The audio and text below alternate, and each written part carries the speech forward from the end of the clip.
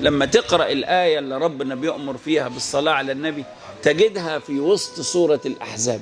سورة الأحزاب دي لما نزلت على النبي بتحكي لنا مجموعة كبيرة من الهموم والمشاكل التي حاولت أن تتكالب على القلب النبوي.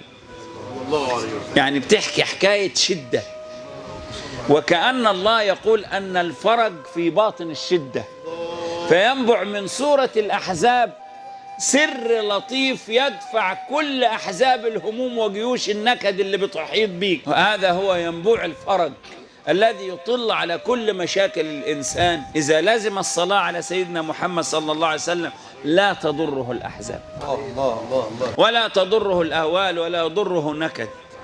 فالصلاة على النبي عليه الصلاة والسلام باب عظيم من أبواب الفرج. الله يلزمنا إياه. نقول مع بعض: اللهم صل وسلم وبارك على سيدنا محمد.